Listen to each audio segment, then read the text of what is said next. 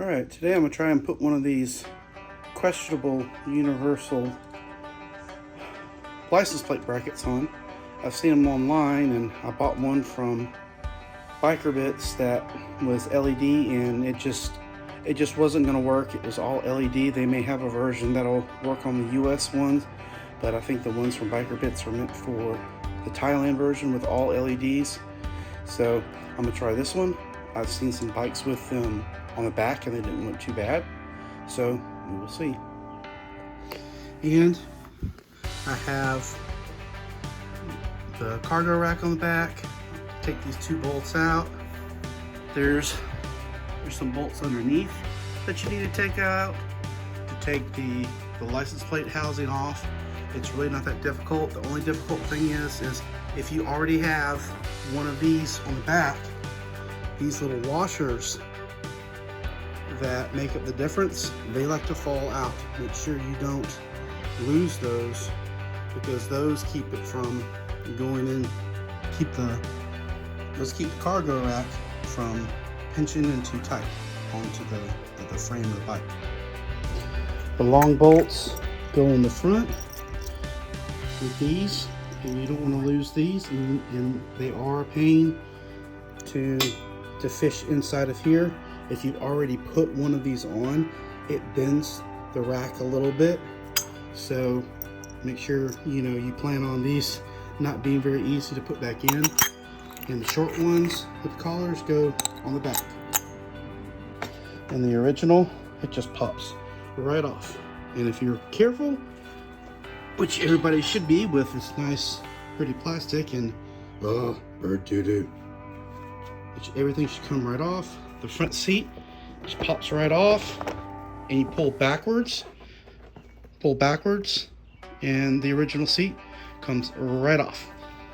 And this is a good opportunity to say something about doing modifications. Like if you're going to do a tail tidy or a shave your seat, do stuff at the same time. Like if you're going to put a tail tidy on and you've got the time, and if you want to attempt to shave the seat yourself, do that, or take the seat off, send it to a place that will shave the seat down however low that you want to shave it, and you'll get two things done at one time, and you won't be unbolting things over and over again. The more times you unbolt stuff, the more chances you have of scratching metal and then causing rust later in the future or messing up plastics. And that's the last thing we want to do, is just keep taking it apart. And that's my little rant. And the back fender plastic is fairly easy. It just comes right off. There's a little bit of a tab inside of the front here that you need to make sure you don't break off. But the back, you can either pull the back straight up and leave it and do your work, or you can take the whole piece of plastic off. I would suggest just pulling the plastic up doing your plugs and everything you need, and not mess with any of the tabs, especially if it's cold, because a lot of us work on this stuff when it's cold. And when you work on plastic stuff whenever it's cold, it gets very brittle and it likes to break. Even with, you know, brand new stuff, you're probably not going to break it. It's very, very soft and, you know, pliable.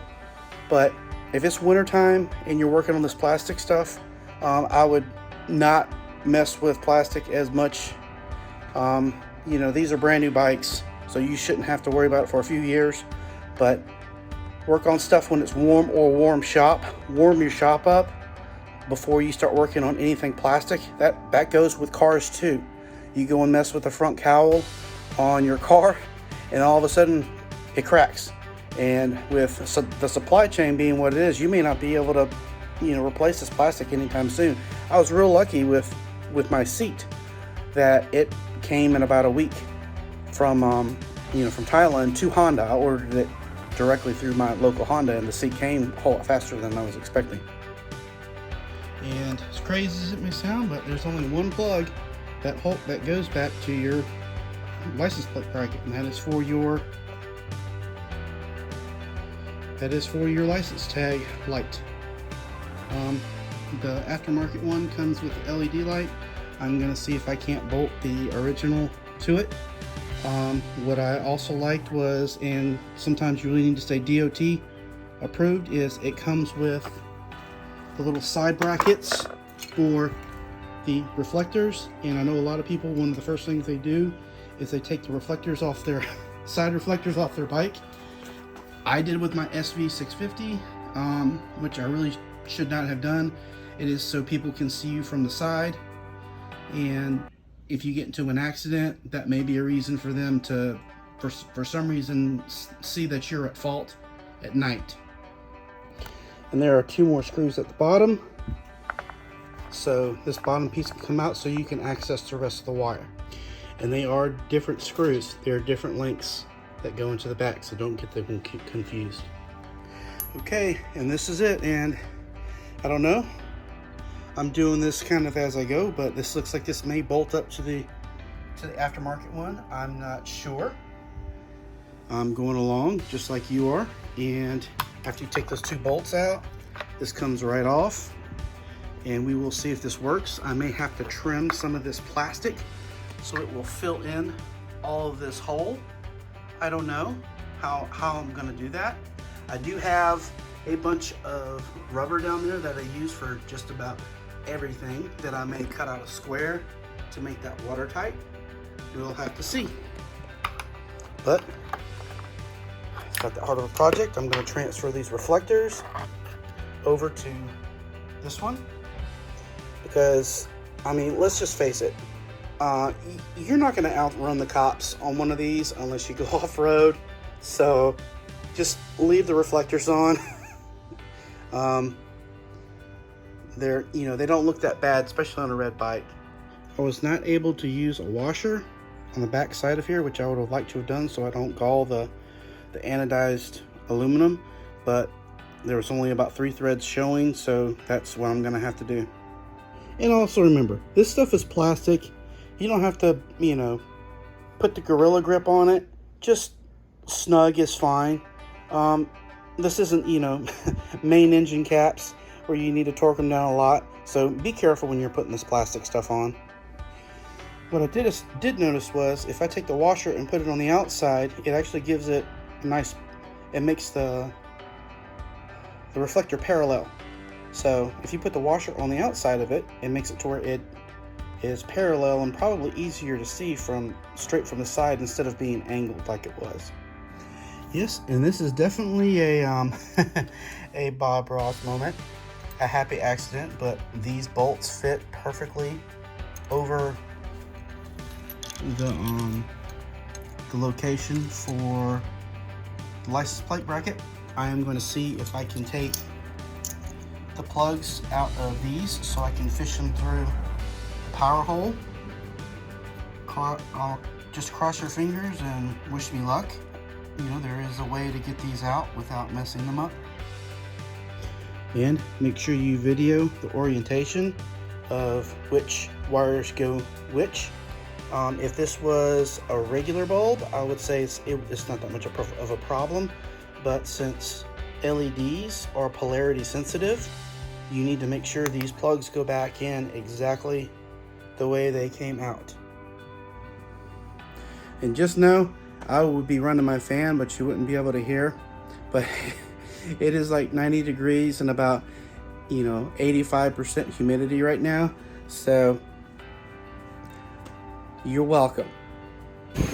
I just figured out something that hurts worse than a Lego at 3 a.m. That is a washer on your knee at any time on a flat floor. All right, I've almost got it buttoned back up, put back together, but one of these $25 universal tail tidies will work. I had to notch the top because I was not very confident on taking the pins out to run it through the hole. But up here, I don't know if you can tell, but I put a piece of rubber in between the tail tidy and the plastic to make it watertight, and I just put a little notch in it. There are holes. Try to get over here. There is, if you can see it, there is a little hole up underneath that allows for water drainage, just FYI. And if you put one of these on, you're gonna have to put a shorter bolt back up in here with a washer to secure the back of this piece of plastic. And you need, if you're gonna do my method with the piece of rubber, you're gonna need a little bit longer bolts to put in there, but everything is covered. There's nothing that's open as far as, not being watertight. I'm fairly pleased with the way it looks. It's nice and a whole lot higher than the original. This is a comparison. This is as high as the original one is on the left, and this is how far the original one goes down. This one also stays, hopefully, DOT approved in the States, because you still have your side reflectors. You have your license tag light, so you're not exactly, getting rid of anything. And you may want to get the little screws that are red reflective if you need a reflector that goes straight back to just screw into here, into these for your tag, so you'll have reflectors facing backwards. And that's it. $25 versus me wasting $75 on the tail tidy from directly from overseas. I'm pleased with it. I like the red, and it just barely fits, but it does fit. But this is how it is with my tag on, and I apologize so much for you guys in England and Europe that have absolutely enormous license tags. I am so sorry your governments make you have those huge things, but yeah, this is what it looks like with my tag on mine. So there's plenty of room for travel for the wheel. And also a really quick tip: if you unbolt anything on this bike, as far as put it on racks or put it on a skid plate, chase the threads. I've had a couple of issues where the threads aren't exactly perfect, so just anything you unbolt and bolt back, do a thread chaser. If you're using the original bolts, clean the bolts back up, because they're not exactly as good as, I would say, as precise as the bolts that you traditionally used to. Thank you for those who have joined and subscribed to the Swamp Fox family. If you can give me a thumbs up, comment in the description, I'd really appreciate it. Please look for the links in the description. Become a Patreon member if you want to support the channel.